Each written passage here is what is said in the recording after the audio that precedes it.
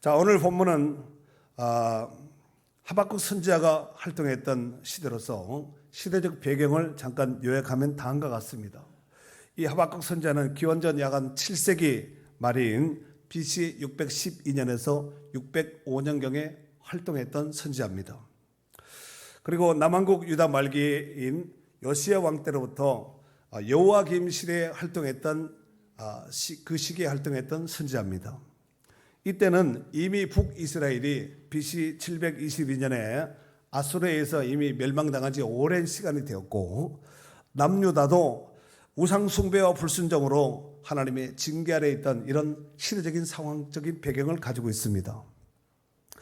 이를테면 남유다는 북이스라엘이 아수르에 의해서 멸망받을 때의 모습을 생생하게 목격을 했습니다. 그렇다면 저렇게 하면 망하는구나, 즉 우상 숭배하고 하나님 말씀에 불순종하면 망하는구나, 이걸 알았으면 남유다가 어떻게 해야 될까요? 타산지석의 교훈을 얻어서 저렇게 하면 안 되는구나, 망하는구나, 징계받구나, 이렇게 해서 깨닫고 그렇게 하지 말아야 되는데, 남유다는 북이스라엘의 모습을 그대로 그 전차를 그대로 똑같이 답습을 했다는 거예요. 만약 남유다의 그러한 잘못된 모습을 만약 그대로 방치해 둔다면 남유다도 하나님의 멸망의 징계 심판에서 피할 수 없는 이런 상황이었습니다. 이것을 안타깝게 여겼던 남유다에 당시 활동하고 있던 선지자였던 예레미야나 스마냐 같은 이런 선지자들이 하나님께로부터 받은 말씀을 백성들에 경고하고 백성들에게 선포했음에도 불구하고 그들은 회개하기는커녕 더욱더 범죄하며 강포와 폐역과 겁탈과 분쟁을 계속해서 스스럼없이 진행하였다는 것입니다. 더욱이 당시 유다의 왕이었던 여호야김은 종교개혁을 일으켰던 요시야 임금의 아들로서 아버지의 신앙을 전수받아서 그 이상의 좋은 신앙의 열매, 좋은 결과를 토해내야 됐음에도 불구하고 아버지의 선친, 아버지의 뜻을 따르지 않고 백성들을 바른 길로 인도하며 모범을 보여주는 그런 자리에 있었음에도 불구하고 오히려 악을 짓는 선봉에 서서 무죄한 자의 피를 흘리며 하나님의 말씀이 적힌 두루마리 책을 불태우고 주의 종들을 사로잡아 죽이는 등의 악을 스스럼없이 자행했다는 것입니다. 결국 남유다는 하나님의 말씀이 해이하게 되었고 하나님의 공의가 시행되지 않았으며 사회 전체적인 국가 전체적인 불이기는 불의와 부정부패가 판을 치는 세상이 되고 말았습니다. 이에 하박국 선자는 몇 가지 하나님 앞에서 불평 어린 호소를 합니다.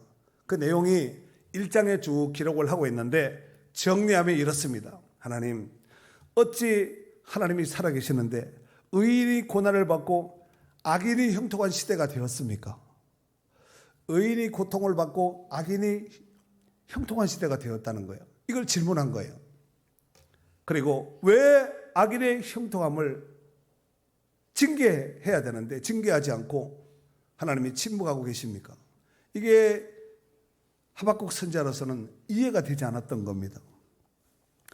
이와 같은 질문을 한 하박국 선지자는 질문을 해놓고 우리식으로 말하면 기도해놓고 하나님의 응답을 기다리는 장면이 1장에 기록되어 있는데 2장에 오늘 본문에 기록되고 있는데 일단 1절 말씀 한번 읽어주세요. 내가 내 파수하는 곳에 서며 성루에 서리라. 그가 내게 무엇이라 말씀하실는지 기다리고 바라보며 나의 질문에 대하여 어떻게 대답하실는지 보리라 하였더니 내가 내 파수하는 곳에 서며 파수하는 자리에 서겠다. 그리고 성류에 서리라. 그러니까 성류에 선 파수꾼과 같은 자세를 취하겠다는 얘기죠. 그가 내게 무엇이라 말씀하실는지 기다리고 바라보며 나의 질문에 대해 어떻게 대답하실지 내가 보리라. 고 하박국 선지자가 질문을 던진 뒤에 기다리고 있는 것입니다. 여러분 잘 아시다시피 파수꾼은 성 안에 있는 모든 사람들이 잠들고 또 자기 생업에 열중을 한다 할지라도 파수꾼은 어떻게 해야 될까요? 혹시 적군이 쳐들어오지는 않을까? 성 안에 무슨 문제는 생기지 않아요. 분쟁이나 폭동이 일어나지 않을까? 이것을 잘 섬세하게 살피는 사람이 파수꾼이거든요. 예. 우리가 이 못막당에 세워진 우리 교회가, 우리 성도들이 영적인 파수꾼 역할을 잘 하셔야 됩니다. 그래서 하박국 선지자도 파수꾼이 취한 자세와 같이 하나님 앞에 질문해놓고 하나님의 응답을 간절히 바라면서 기다리고 있는 이런 모습을 취하고 있는 모습을 보게 됩니다. 사랑하는 성도 여러분, 우리도 하나님 앞에 어떤 기도 제목을 구하면서 기도할 때 이와 같은 영적인 파수꾼의 자세가 필요합니다. 혹시 작년 송구영신 예배 때에 여러분이 2025년 새해를 앞둔 시점에서 내년에는 명년에는 이런 기도 제목 가지고 내가 하나님 이런 소원, 이런 간구가, 이런 기도 제목들이 반드시 꼭 이루어지기를 소망합니다 라고 올렸던 그 송구영신 예배 예물, 소원 예물 드렸던 기도 제목들 혹시 기억나시지요?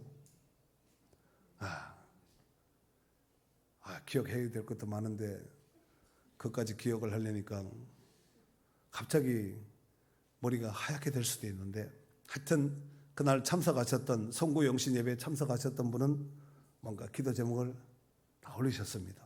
네. 그런데 어떤 분은 기도 제목이 응답되었음에도 불구하고 응답되었는지도 모르고 아직도 응답을 기대하면서 하나님 앞에 기도하고 있는 성도들도 있을 수가 있습니다. 그렇게 되면 안 돼요. 그러니까 점검을 해야 되겠죠. 내가 뭘 기도했는지, 응답되었는지 점검을 내고 파수꾼같이 살펴야지 됐는지 안 됐는지, 되면 좋고 안 되면 말고 이렇게 하면 안 되고, 정말 내가 마음에 소원을 두고 하나님 앞에 기도한 기도 제목이라면 어떻게 해야 될까요? 파수꾼과 같이 하나님의 응답을 언제 하나님께서 응답해 주실지, 어떻게 응답해 주실지, 어느 정도의 분량으로 응답해 주실지 기다리고 바라보면서 소망을 둬야 될 줄 믿습니다. 어쩌면은 그 기도 제목이 오늘 예배 가운데 말씀으로 하나님께서 각종 다양한 은혜로 은사로 채워 주실 줄도 몰라요. 그러니까 파수꾼이 아침을 기다리고 사모하듯이 그러한 자세로서 말씀을 받으면 좋은 밭이 될 줄 믿습니다. 자, 그러한 하박국 선지자의 간절히 기다림 가운데 하나님께서 드디어 응답을 하셨습니다. 2절 뭐라고 말씀하셨는지 한번 읽어주세요. 여호와께서 내게 대답하여 이르시되 너는 이 묵시를 기록하여 판에 명백히 새기되 달려가면서도 읽을 수 있게 하라. 아멘. 하나님은 하박국 선지자에게 이 묵시를 그냥 기록하지 말고 판에 명백히 새기되 자세하게 확실하게 눈으로 확실하게 볼 수 있도록 흐리하게 새기지 말고 어정쩡하게 새기지 말고 확실하게 새기되 달려가면서도 읽을 수 있을 정도로 이렇게 새기라 라고 말씀하고 있습니다. 하나님 말씀은 머릿속으로 네가 기억해라 내가 불러줄 테니까 이런 것이 아니라 판에 새기라는 거예요. 그리고 달려가면서도 읽을 수 있도록. 제가 일부 예배 때도 잠깐 그 간증을 했는데, 제가 부교육자로 있을 때 첫 번째 부교육자로 있었던 그 교회 담임 목사님이 현수막, 그 다음에 전단지, 그 다음에 신문도 직접 만드는 거예요. 지금부터 약 한 35년 전 얘기예요. 35년 전에. 그때 당시에는 컴퓨터가 있는 집도 별로 없었습니다. 지금이야 뭐 내나 없이 다 컴퓨터지만 그때 당시만 해서 도수 치고, 도수 컴퓨터 있죠. 그리고 하드 디스크가 아니라 디스크, 이렇게 이만한 거, 이만한 까만 종이 넣어가지고 이렇게 프로필 디스켓, 그 프로필도 아니고 그 뭐지 이만한 거, 그거 넣어가지고 치고 이렇게 지금처럼 키면은 윈도우로 창이 열리는 것이 아니라 그런 시대에 그분이 교회 홍보물, 전단지 내지는 교회 신문까지 편집을 해가지고 인쇄소에 갖다 주면 바로 출력만 해서 봐서 쓸 수 있도록 이런 실력을 가졌던 분이거든요. 총신 출신인데 그 영향력을 받아서 그런지 몰라도 제가 전단지 만들고 현수막 만드는 거 끝내줍니다. 원주시에 내가 제일 잘하는 것 같아요. 교만이 아니라. 못막에도 아마 우리 교회처럼 이렇게 현수막 많이 아마 다른 교회도 쉽지 않으리라 생각됩니다.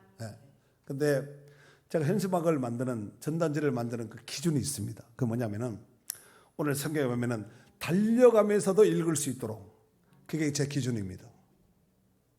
달려가면서도 읽을 수 있도록. 그리고 모든 현수막에는 별일이 없으면 꼭 성경 구절 한 구절씩 넣습니다. 제 주특기입니다. 그런데 너무 말씀이 길면은 사람이 못 읽어요. 그러니까 한 줄로 쫙, 길면은 두 줄인데, 길면 두 줄, 짧으면 한 줄, 이렇게 해서 하는데, 달려가면서도 읽을 수 있도록 제가 글씨를 씁니다. 여러분, 이거 못 읽는 사람이 있어요? 이렇게 큰 글씨? 제가 성경에서 벤치마킹을 해서 제 나름대로 포스터, 전단지, 그 다음에 현수막 어떤 것을 할 때 만드는 기준입니다. 자, 그런데 하나님께서 이 하박국 선지자에게 달려가면서도 읽을 정도로 판에 명백하게 잘 새기라고 이렇게 말씀하셨습니다. 네. 우리가 신앙의 기준이요 기본이 되는 것은 하나님 말씀입니다. 사실 성경을 달려가면서 읽는다는 것은 불편하겠지요. 그러나 달리는 차에서는 읽을 수 있습니다. 하나님 말씀을 흔들리지 않게 언제든지 볼 수 있도록 말씀을 열고 또 말씀을 가까이 하는 사람은 어떤 시련, 환경이, 어떤 불편한 시대적인 상황이 온다 할지라도 절대로 흔들리지 않습니다. 이 믿음의 굳게 선 축복의 성도들이 될 수 있기를 바랍니다.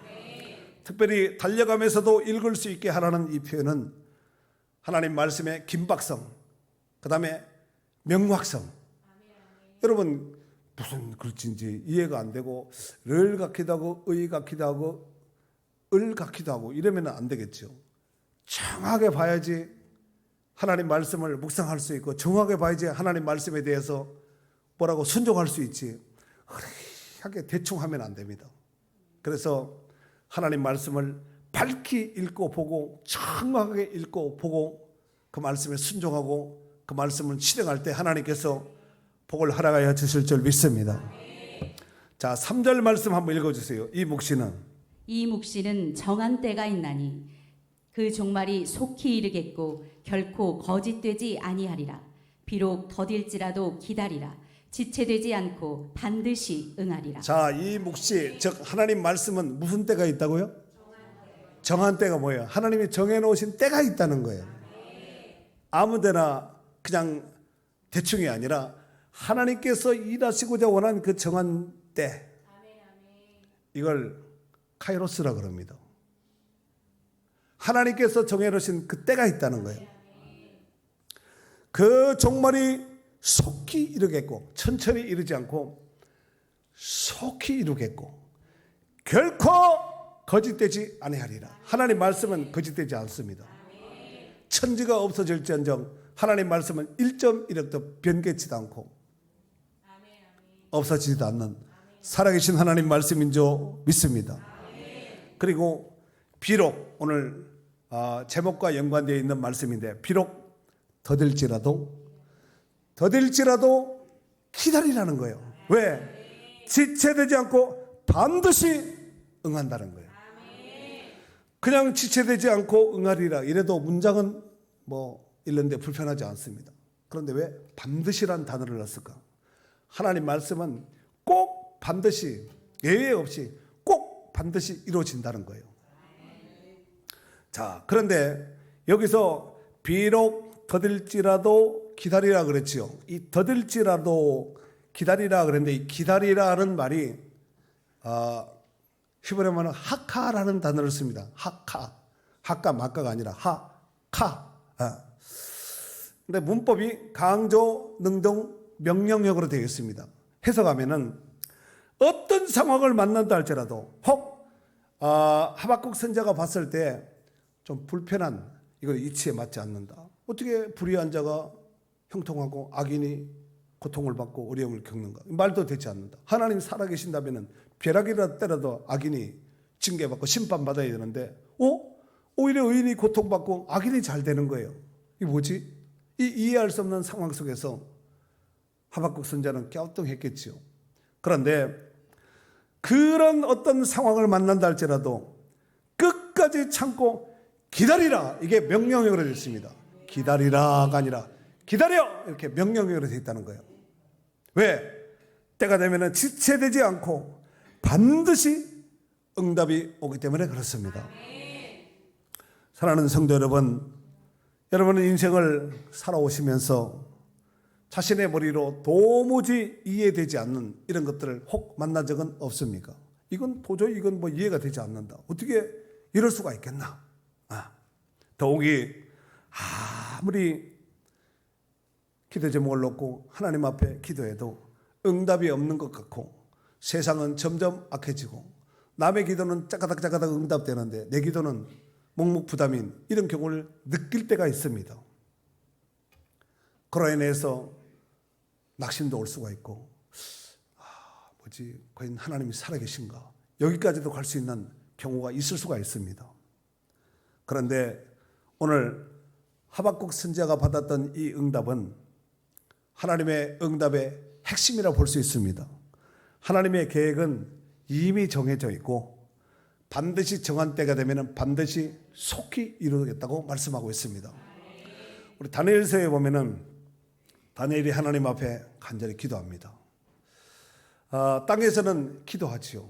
그러나 보이지 않는 영적인 세계에 눈이 확 밝아져서 보면은 하나님은 이미 다니엘의 기도 제목을 기도하는 기도해야 되겠다. 이미 그것까지 아시고 하나님께서 기도할 쯤에 하나님이 이미 응답의 천사를 급파했던 이런 모습을 우리가 다니엘서를 통해서 보지 않습니까? 그러니까 내가 막 기도한 다음에 하나님이 한참 있다 응답하는 것이 아니라 여러분 기도 제목을 가졌다는 것은 이미 응답을 주신 거예요. 받은 거예요. 다만 하나님이 정한 때에 하나님께서 응답하여 주실 줄 믿습니다. 그렇습니다. 하나님의 일하심은 인간의 때에 맞춰서 일하는 것이 아니라 하나님의 정한 시간에 따라 일하신다는 사실을 잊지 말아야 됩니다. 그래서 조급증이 나고 왜 빨리 응답이 안 돼? 조바심이 날 수가 있습니다. 여러분, 우리가 느끼기에 더딜 뿐이지 하나님은 언제나 완벽한 타임 때 그 시간대 하나님께서 일하신다는 사실입니다. 그러므로 말씀하신 하나님의 말씀을 굳게 부여잡고 끝까지 참고 기다리고 인내하는 것이 성도들에게 굉장히 중요한 요소인 줄 믿습니다.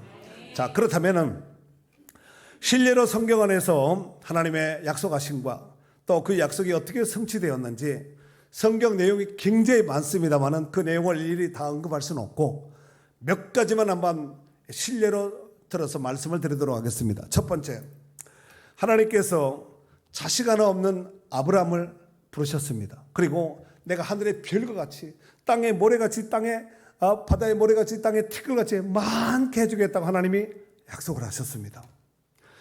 자, 그런데 이렇게 약속을 받았음에도 불구하고 아브라함과 사라는 별일이 없습니다.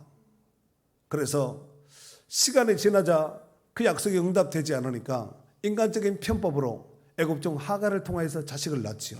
그러나 하나님은 그것이 아니라는 거예요.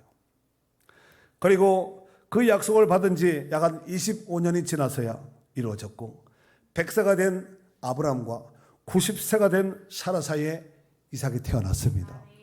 이삭은 약속의 자녀입니다. 장차오실 예수 그리스도의 예표자입니다. 사람의 눈에는 늦은 것 같지만 하나님의 시간은 반드시 정확하게 이루어진다는 사실입니다. 그래서 히브리서 6장 14절 15절에 보면은 이르시되 내가 반드시 너에게 복주고 복주며 너를 번성하게 하고 번성하게 하리라 하셨더니 그가 이같이 오래 참아 약속을 받았느니라 그랬습니다. 다음 날 때까지 응답된 것이 아니라 오래 참고 인내했다는 거예요. 그리고 약속대로 하나님께서 약속의 자녀를 받은 줄 믿습니다.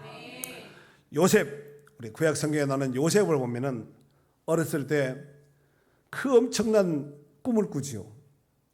그 시기로 인해서 형들이 미디안 상인들에게 노예로 종으로 팔아버립니다. 쫄째 아버지의 총애를 받았던 요셉이 노예가 돼서 애굽으로 팔려지게 되지요. 그런데 그곳에서 보디발 장군의 특별한 총애를 입어서 가정 총무까지 되는 이런 위치까지 올랐지만 그 아내의 모함으로 인해서 감옥에 갇힙니다. 그래서 요셉의 꿈은 완전히 다 사장될 수밖에 없는 이런 위기에 빠지지요. 그런데 하나님께서 요셉에게 바로의 꿈 해석을 하게 하는 특별한 은총을 입혀 주셨습니다. 꿈을 잘 해석하고 이와 같이 신의 감동을 입은 사람을 우리가 어찌 얻으려 하고 종리 대신으로 삼습니다. 그리고 가뭄으로 인해서 가나안 땅에 있던 아버지 그 다음에 형제들 가족들이 다 애굽으로 왔을 때 나중에 결국은 그 앞에 다 요셉 앞에 엎드려짐으로 인해서 결국은 해와 달과 11별 곡식단에 절하는 것이 그대로 성취되었음을 성경을 통해서 보게 됩니다. 비록 요셉의 꿈이 허물어지고 더딘 것 같이 보였지만 하나님은 때가 되니 반드시 그 약속하신 말씀하신 대로 이루어진 것을 잘 보여준 것이 요셉을 통해서 하나님께서 보여주셨습니다. 하나님께서 아브라함에게 그의 후손이 가나안 땅을 기업으로 받을 것이라고 약속을 하셨습니다. 이 약속을 하셨음에도 불구하고 아브라함은 당대 그 약속을 보지 못합니다. 이삭도 보지 못합니다. 야곱도 보지 못합니다. 요셉이 죽은 이후에 출애굽 이후에 하나님께서 모세를 통해서 출애굽을 하게 하고 여호수아를 통해서 약속의 땅 가나안 땅을 받게 해주셨습니다. 얼마나 걸렸을까요? 약 400년 걸렸습니다. 우리가 보기에 며칠, 몇 달, 몇 년 만에 하나님이 응답 주실 것이다. 물론 그렇게도 하시죠. 그러나 그릇이 크려면은 대기만성이란 말이 있잖아요. 큰 그릇은 시간이 걸립니다. 하나님의 약속은 오래 참아 인내해야 될 때가 있다는 거예요.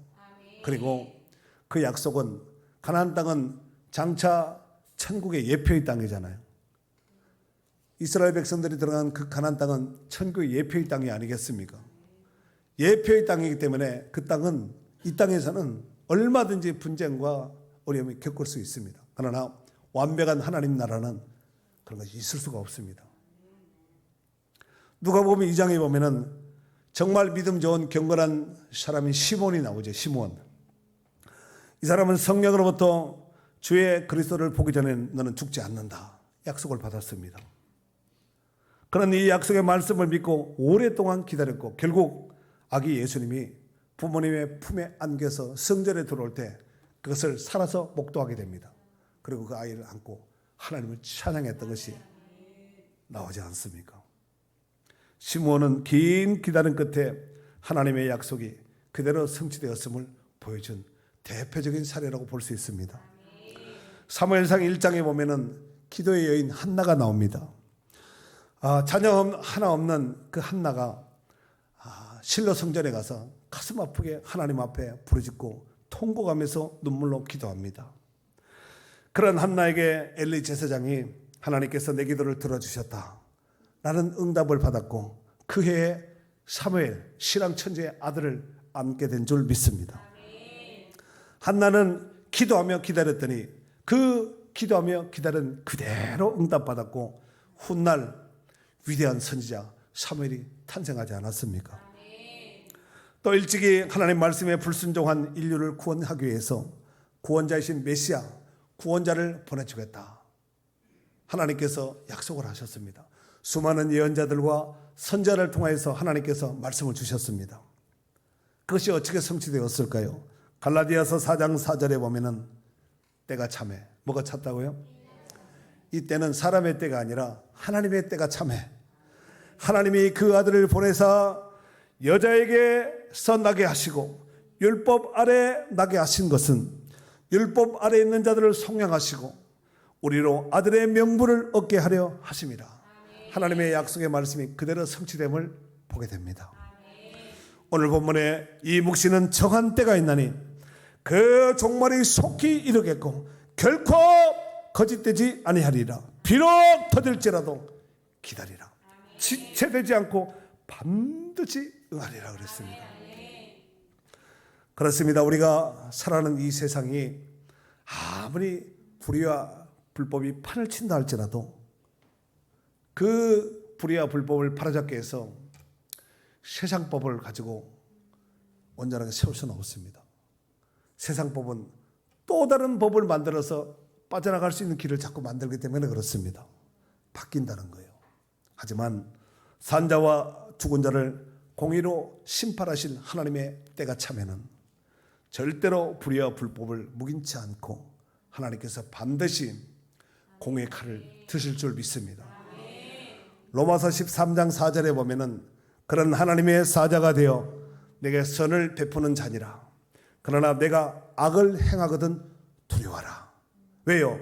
그가 공연히 칼을 가지지 아니하였으니 곧 하나님의 사자가 되어 악을 행하는 자에게 진노하심을 따라 보응하는 자니라 그랬습니다.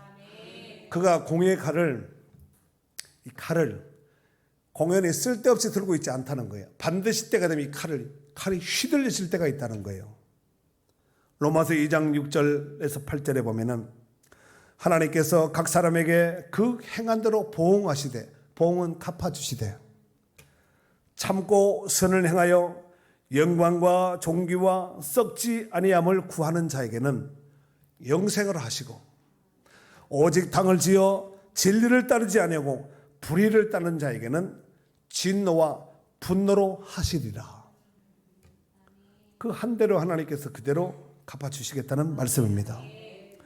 자, 오늘 본문에 하나님의 묵시는 무슨 때가 있다고요? 정한, 하나님의 정에는 때가 있다는 거예요. 비록 더딜지라도 기다리라는 거예요. 왜? 지체되지 않고 반드시 응하기 때문에 그렇습니다.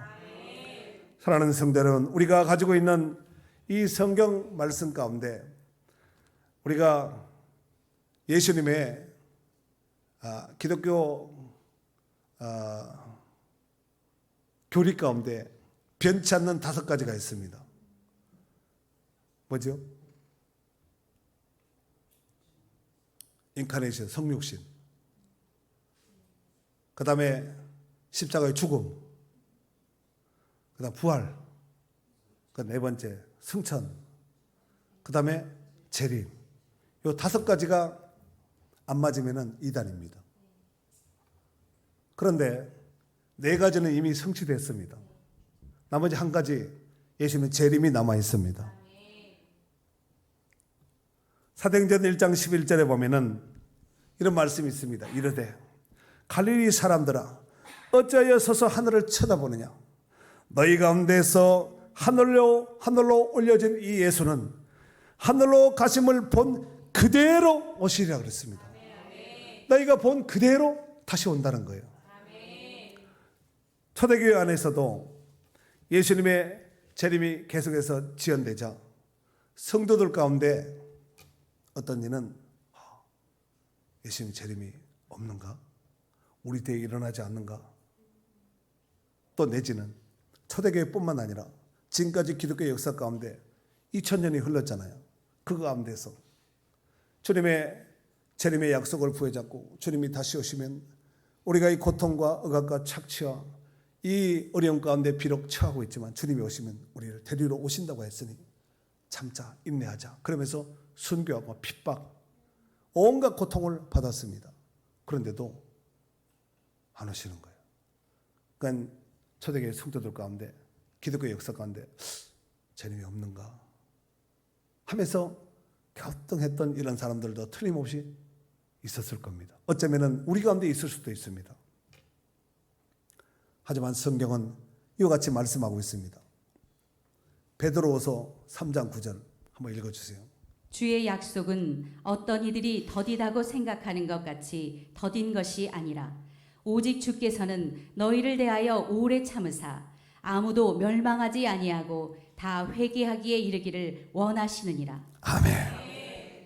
주의 약속은 어떤 이들이 더디다고 생각하는 것 같이 더딘 것이 아니라 어떤 이들이 있었다는 거예요. 우리 대에 안 되는가 보다. 저는요, 내가 죽기 전에 예수님 오실 것 같아요. 꼭 맞는 말은 아니지만 제 느낌에 시대적으로 되어지는 일들을 봐도 그러니까 내가 오래 살아야 될 거지. 에? 그런 느낌을 많이 봤어요. 여러분은 어떤 것 같아요? 우리 죽은 다음에 다음 세대 오실 것 같아요. 하여튼 신랑 되신 예수님이 언제 오실지 알 수 없지만 우리는 언제나 예수님의 재림인 이 파르시아를 간절히 소망하면서 살아야 될 줄 믿습니다. 더딘 것이 아니라 오직 주께서는 너희에 대하여 오래 참으사 아무도 멸망하지 아니하고 다 회개하게 이르기를 원하신다는 거예요. 그러니까 더딘 게 아니라 회개하기를 하나님께서 기다리면서 인내하고 계신다는 것을 알 수가 있습니다. 사랑하는 성도 여러분, 지금 여러분의 삶 속에서 이런저런 기도 제목과 간구하는 바가 응답이 더뎌 보이고 응답이 없는 것 같은 이런 느낌을 받을 때가 있습니다. 그러나 그때 우리가 낙심하지 말아야 돼요. 오늘 말씀에도 하나님께서 때가 되면 반드시 응답하신다고 말씀하지 않았습니까?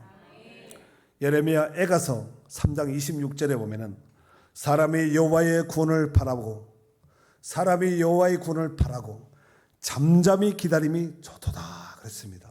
하나님의 구원하심, 하나님의 응답하심, 하나님의 역사하심을 바라보고 기다려야 돼요. 근데 우리나라 사람들의 특징은 못 기다려요. 못 참고 못 기다려요. 그래서 전 세계에서 패스트푸드 뭐 빨리 하는 거 우리나라가 최고입니다. 우리나라는 체질적으로 다혈질이 몇 프로냐면은 다혈질 아시죠? 다혈질 좋은 거예요, 안 좋은 거예요? 왜 안 좋아요? 피가 많으면 피가 많으면 좋지 않아요? 그럼 저혈 피가 없는 게 좋겠어요? 다혈질 좋은 거지요. 안 좋아하세요? 다혈 좋잖아. 질이 문제지.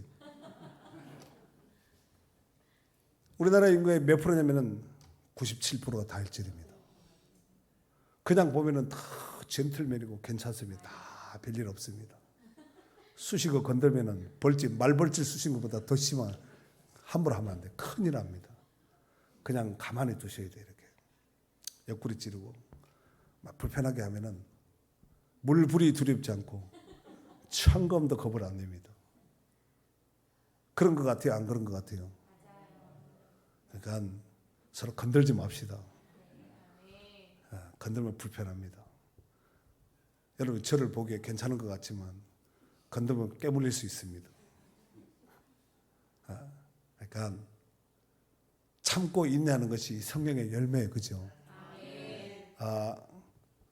갈라디아서 5장 22절 23절에 보면은 성령의 열매가 나오죠. 거기 보면은 사랑과 희락과 화평과 오래 참음, 네 번째 오래 참음 나오잖아요. 그냥 참음이 아니라 그냥 참는 것이 아니라 오래 참으셔야 돼요.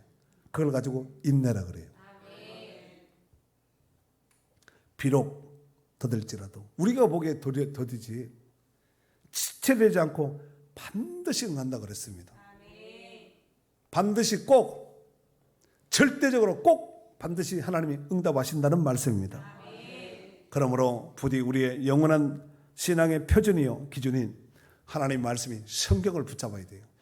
여러분 성경 안에서 하나님 말씀 붙들지 않고 자기 생각, 신념, 의지 안 됩니다.